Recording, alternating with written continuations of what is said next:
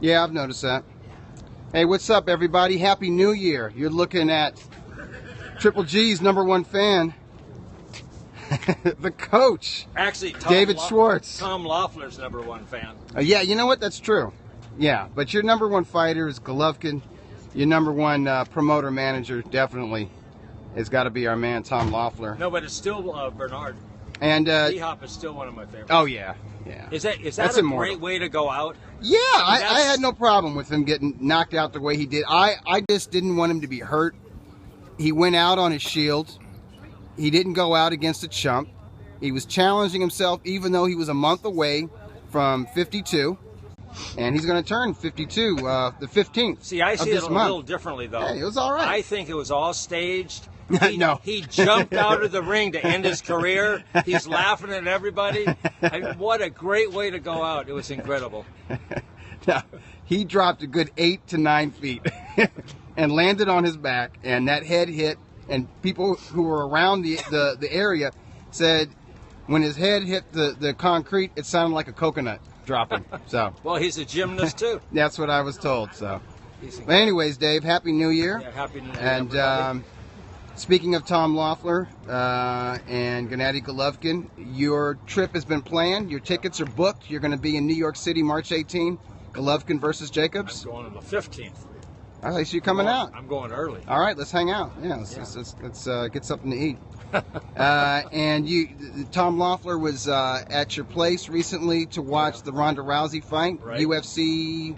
I forget the number, 207. It was great. Yeah, you liked it. Yeah, I loved it. They do a good job with now, the pay-per-views. If Ronda would listen to me, she'd take the high road, come out and say, "Hey, it is what it is. Let's see what I do." And fight again. She should definitely fight again. Brooklyn 5166 says Happy New Year, and another guy said you're lucky that you're going to the Golovkin fight because Golovkin's a man. And I agree with these people. But hey, it's a new year. Just tell everybody what we did, how many hundreds we ran. We ran 200s, and then we jumped rope for 33 seconds. Then we ran another 100 and jumped rope for 45 seconds. Then we ran another couple hundreds, and here we are. And then we're going to do some more jumping rope, and we're going to do a 300. It's a good way to start the year. And but we were talking as we were walking around the track. We were talking about fights we're looking forward to. Manimal 111. Let's all go to dinner together. I'm down. You got it, buddy. As long as you're paying. Yeah, he's going to say who's paying. Somebody else says nice cardio workout. Good job. Yeah, thank you. This is what you got to do. But we were talking about Keith Thurman versus Danny Garcia.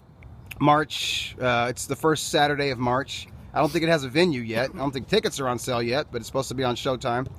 And obviously we were talking about Golovkin-Jacobs and some other fights. But is there a particular fight apart from Golovkin-Jacobs that you're looking forward to that's been made so far? Yeah, the Klitschko-Joshua fight. Oh, shoot. Yeah, I couldn't forget that. That's a great April. fight. And I'm really looking at the Garcia fight. Yeah. That's an incredible fight. You know what surprises me is for the last 2 years, everybody's been down on Danny Garcia. You know, they call him Cherry Garcia. He gets ripped in social media. You like him, right? I like him. He's a good guy. And I like his dad. I like the old man, too. I've talked to a lot of people. Everyone I've talked to about this fight is picking Danny Garcia. So, I don't know what the deal is. You know, people aren't sold on Keith one-time Thurman or whatever, but I don't know. It's a really good I guess, you know, Garcia is, I expect a tough fight, but I just think Thurman's got enough tools in his toolbox to pull out a win. But we'll see. I just want it to be a good fight. No, it's going to be a great fight. Yeah. And then we'll see who they fight. I mean, we'll see if Sean Porter gets back in there. Yeah, I want him to get back in the mix real bad. I'd like to see him rematch with Kell Brook. I think he brought that up as a potential fight. That'd be a great fight. I know Porter wants Andre Berto. That'd be a great fight for Sean. Not so much for Berto, but I mean, if they made the fight, it would be fun. I think while it lasted. So, do you give Kirkland any chance at all against Cotto? Yeah, I do. Yeah. I mean, with Dan Wolf. Yeah, but Cotto's got a lot of mileage, and I mean, if Kirkland comes out and just keeps the pressure on him, pressure bust pipes, and Cotto's got some old legs on him. You know what I mean? And he's he's through taking a beating. You know what I mean? Like, Yeah. Canelo didn't impose himself physically on Cotto. He just staked out the center of the ring. Kirkland's going to try to impose himself physically on Cotto, and he could. And the likely scenario is that Kirkland runs into something and gets knocked out. That's my prediction. But if Cotto can't land that shot, or if Cotto can't keep him down in the first 3 rounds, I don't know if he wants to take, Kirkland beating on him for 2 or 3 more rounds. You know what I mean? I'm into that fight because of Van Wolf. This guy Brooklyn 5166 says he likes Thurman. He says Garcia hasn't fought anybody in the last 2 years, and I agree. He hasn't really been hit by a world-class welterweight with world-class power, and Thurman can do more than punch. He can stick and move pretty well. He's a good athlete. He's a smart guy. He's really smart. And I think style-wise, I think Garcia has a little bit of trouble with lateral movement. But we'll see. I don't want to piss on Danny because I think he's difficult against any welterweight, really. I mean, even Errol Spence. Everyone thinks Errol Spence would just walk right over Garcia. I don't think he would mow right. I don't think anyone mows over Garcia. But the only we'll knock on Thurman is his due. oh, come on, man! It's my due. Get out of here. All right. Hey, without further ado, you got some questions for me. I don't have that many. But, that's all good. I got a couple that might trick you. So you probably now. Hey, Dave, explain to people. I forgot my rope because I'm gonna suck on this rope. Yeah, this rope is. It's too short. Yeah, it's too short, man. So I'm gonna. You guys prepare to laugh at me because I'm gonna trip over my feet. Here you go. Okay. And I can't read the. There's a lot of sun here today, so Hey, but it's beautiful. It's really. You see, there's a lot of people out here. It's really nice. Yeah. It's been raining in LA the last week. It's early January and this sun is beautiful, and the rain's been good because it's cleaned everything up. Yeah. Helps the drought. All right. So, okay. So about Henry Armstrong. Oh, I love Henry Armstrong. Okay. In 1937, how many fights did he have? Oh my God, he fought his ass off. I think he fought 27 times in 1937. Yeah. And he won most of those by knockout. Yeah. And that same year, he won the featherweight title. He won 26 by knockouts. 27 fights, 26 knockouts. Okay, who was his last fight against? That's a good question. It wasn't Robinson, was it? No. No, it wasn't Robinson. That was late in his career, though. Give me a hint. It was in Oakland? Was the guy he fought a notable fighter? No. No. Okay, so forget that. I don't know. Okay. I should know, right? No, you shouldn't. Did he lose? He lost, right? He lost a decision. Okay. And he fought this guy, Chester Slide. I like okay, that. but here's okay, in people had snazzy names. in Henry Armstrong's first 4 fights when he turned pro. Yeah. I mean, he was like a noted amateur. And then when he turned pro, yeah. Okay, tell me when he turned pro, which I'm gonna say he turned pro early 30s. yeah, I'm gonna say like 33. like 31. Oh, 31, even earlier. Yeah. Okay. So Okay, so what his first fight, I think he got knocked out. he got knocked out. You're right. Yeah. Got knocked out. Okay. He fights 4 days later. Yeah. Right. 4 days later. You got to get right back on that horse, man. Yeah. 4 days. Okay. They didn't have 30-day suspensions back then. Okay, so Okay. Knocked out. So- And then he lost the decision. no, then he won. Then he won. Yeah, and then he fought, And then he lost. and then he lost 2. Okay. Yeah, so Now, he let was me- 1-3 after 4 fights. and being knocked out. Which means if social media was Yeah. around, he's a total loser. Right, he's driving a and truck. he's going nowhere. And he's never going to be anybody. Okay, Yeah. so in his 3rd fight, he fought a guy who was making his pro debut. In his what fight? In Henry Armstrong's 3rd fight, Yeah. which he lost. Yeah. He fought a guy who was making his pro debut.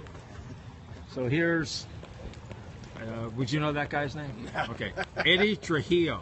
Okay. Okay, now let me ask you this. Okay. Eddie Trujillo fought, that was in 1932. Uh-huh. Eddie Trujillo's last fight was in 41. Uh-huh. Okay, who did he fight? What weight class? In his, was it? that I can't tell you, but I probably welterweight. There's a guy you never His heard last of. fight? Oh, no. The last fight, the guy he fought, Yeah. who was making his pro debut. It was this guy's last fight. Who do you? Who did this guy that Armstrong fought in his third pro bout fight in his last bout? In this last fight, he fought a guy making his pro debut at the Olympic Auditorium in L.A. It was a guy that you would know who this guy was. He wasn't. I mean, it was a guy you would know the name for a different reason than Art Aragon? Jimmy Doyle. Jimmy Doyle. Oh, yeah, the tragic Jimmy Doyle. Right. Jimmy Doyle made his pro debut at the Olympic Auditorium. And wasn't he an Ohio kid? You know, I don't know where he was from. But because he was young. He died young. Because, Don Familton's dad wouldn't go to, that was in Ohio? Right. Wouldn't go to the fight because he says... Well, he saw Doyle take a horrible beating in some previous bouts, Okay, so what was Jimmy Doyle's record? Oh, I have no idea. He was young. He didn't have these records like these other guys from that era because he died in his 20s. Yeah, he did. He was like 22. Yeah, he was in his early 20s. But he had 42 wins, 7 losses, and 3 draws. God, they were fighting. But he fought John Thomas, who was great. Do you know that? He's the ref that. I mean, this guy was incredible. He was a really good fighter out here. Became a ref. He looks like a ballet dancer. Yeah, he did the first. He was a ref for the first Muniz Palomino fight. Yeah, he's African American dude. Yeah. And just watching him ref is like watching a guy do a ballet. And then he fought Tommy Bell. Very underrated welterweight. Right, and he fought gave Robinson a lot of trouble in Robinson's first title try. And he fought Lou Jenkins. Yeah, that was Jimmy Doyle. So I never knew this about Jimmy Doyle. Yeah, he fought real guys. He was a prospect. He was a real prospect. So maybe a local guy. Like a regional. But these guys fought everyone. Everyone fought everybody. Yeah. So and you lose, you come right back. Okay. Here's another one. We did this a couple weeks ago, but somehow the audio ran out on us. Yeah, hopefully. So I'm going to ask Doug this again, but you knew it last time. But I'm going to ask about Carl Boba Olsen. Yeah. Okay. Former middleweight champ. Right. So what was his? This is when guys fought everybody, and they fought him. They'd lose and get knocked out, and then 2 weeks later fight some other good guy. It was incredible. Maybe a rematch, Yeah. So Boba Olsen, what was his? I mean, he was a real staple because of TV. And he was a tough dude. National TV TV twice, 2 or 3 times a week. Everyone fought Robinson 4 times. 4 times. Okay, so tell me his record with Robinson. 0-4. Yeah. He lost, and I think he was knocked out all but once. And I think his rematch, they went the distance. Yeah, 12 rounds. The second fight, they went the rematch. Yeah. The third fight, he got knocked out in 2. Yeah. But the 4th fight, which I was at live. That's amazing. It was so in great. L.A., At Wrigley Field in L.A. And Robinson had his timing back by then. Oh, he was like because he had taken those years off after he lost to Joey Maxim, and he came back and he beat a club guy, and then he lost a fight, and then he started putting it all back together, and so. Can you hold on? Yeah. Dave's got to get his papers together. I got my notes here. Hey man, trivia ain't easy. No, my assistant didn't show up today. Yeah. Now, but Boba Olsen's, I hope he's not a forgotten champion, but he was amazing. I mean, he fought everybody during his era, had a ton of fights, almost had 100 wins. I mean, that's nothing to scoff at. No, he was incredibly good. I think Robinson once said he was the toughest son of a bitch he fought. He's tough, and now his granddaughter's a fighter. We just saw her fight. Yeah, she hadn't fought in 10 years, and she looked good. Yeah. She looked really good. We saw her fight live. Yeah. So tell me some of the guys that Boba Olsen fought. Oh, jeez. Well, obviously he fought Robinson. Yeah. Talking about like Hall of Fame level guys. Yeah, I mean guys you would know who they're. Didn't he fight that guy from Britain that beat Robinson? Yeah, Randy Turpin. Randy Turpin. He beat, yeah. He fought Kid Gavilan. Yeah, Kid Gavilan. He beat Gavilan. Yeah, he beat Gavilan. When Boba Olsen was middleweight champ, Gavilan challenged him. Gavilan went 15 rounds, but obviously Olsen was too big and strong. Where was that fight? I'm gonna say New York. Chicago. Oh, Chicago. Okay, he fought Rocky Castellani. Yeah. You know that name. Excellent fighter. He was great. Gave Robinson a tough fight. That was one of Robinson's comeback fights. Yeah. After the layoff, and I think Robinson won a split decision, and it was disputed. But Castellani, very solid, very a contender. He fought Ralph Tiger Jones. Yeah. And he beat all these guys. Yeah. He beat every one of them. Yeah. He fought. Do you remember? And as he got older, he went up in weight, and he was kind of like a gatekeeper. Yeah. You know, because I think he fought. Did he fight Jose Torres? He fought Jose Torres. He did. Took him Yeah. out in like one round, Yeah. But I mean, you know, Torres was undefeated at the time. Yeah, it was a shell. That was light heavyweight, and I think Olsen was a shell. And I saw him fight at the Hollywood Legion Stadium. Oh, yeah. He fought Willie Vaughn. Do you remember him? I know the name. He was a California state champ, Willie Vaughn. Before you were born. Before you were born. Yeah. But these guys fought everybody. He fought Joey Maxim. Yeah. And Maxim is a Hall of Famer. yeah, he beat Joey Maxim. And okay, he fought Archie Moore. Right. And who won that fight? Archie Moore. Yeah. KO. Yeah. Where was that fight? Was that? I'm gonna say that was West Coast. Polo Grounds. He fought him. New York? Yeah. Polo Grounds. So you know who played? Olsen's he was from Hawaii, Yeah, exactly. so he was popular on the West Coast as Yeah. well as the East. San Francisco too. That Yeah. was sort of like his Yeah. second home. Yeah. But he was around till he used to go to You used these to see him at boxing. the World Boxing Hall of Fame. Yeah, huh? yeah. Yeah, that's before my time. I mean, it was all all right, can you hold this one? Yeah. One more second, please. So, okay, here's a guy. Y'all know who this is? The Cyborg Prince. Brook versus Spence. Who wins? Man, that's a good question. Man, you know, before the Golovkin fight, I favored Brook because of his experience, his obvious talent, his toughness. And factored in there just the fact that Spence is still a little bit green and hasn't really been in there with anybody that can hit him back hard.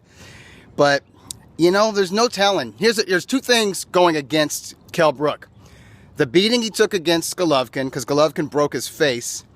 And body. putting on, and body, but putting on that weight and then going back down to 147, I think that might be too much for the British fighter. And I might, slightly favor Errol Spence now. Canelo versus Chavez. Who wins? Boxnard, 187. I like Canelo, man. I think he's the real fighter. And I hope they make that fight. I don't know if it'll be made, but I hope they make that fight. Scranton Stadium. Ray Robinson knocks out a guy in the first round in the pouring rain. Who was that? I have no idea. So you give Chavez he has no chance against Canelo. I like Canelo in the fight. It's huge. I mean, it's not even a close fight. The only thing that makes Chavez live is that he's going to be a monster. It doesn't matter. It doesn't matter. Yeah, one guy's a real fighter. Yeah, I mean, Chavez has done really nothing, since he lost to Martinez. Yeah. I think he's kind of been semi-retired, really. he's a gutty guy, though. No, he is. I mean, he's not going to half-ass it. There's too much pride for Chavez Jr. not to go in there and try to win. So, I mean, it'll be a fight. It's just that Canelo's a better talent. Yeah. He's more serious about his career. It's a different deal. I mean, that's a great Texas fight. I mean, I wouldn't stick it in Las Vegas. I mean, it's a fight that I think could be at AT&T Stadium or the Alamo Dome in San Antonio. I mean, and they'll pack that place. Both places will pack them. No, it's great entertainment. It's good for boxing to have a fight Yeah. where maybe 70, 80,000 people show up. Yeah. Because it rarely happens in the continental U.S., It happens every now and then in the U.K., but when's the last time a fight did 80,000 fans in the U.S.? What's the most fans they ever had in Mexico City for a fight? That was Chavez Haugen. That was like 130. Yeah, plus, exactly. right? 130,000. Chavez Whitaker, they did a little bit over 60,000 at the Alamo Dome. So that's something. But I mean, when is the last time an American fight a fight that took place on American soil did more than 70,000? You got to go. Don't you got to go way the hell back? Yeah. It means something. But it used to be a mainstream sport.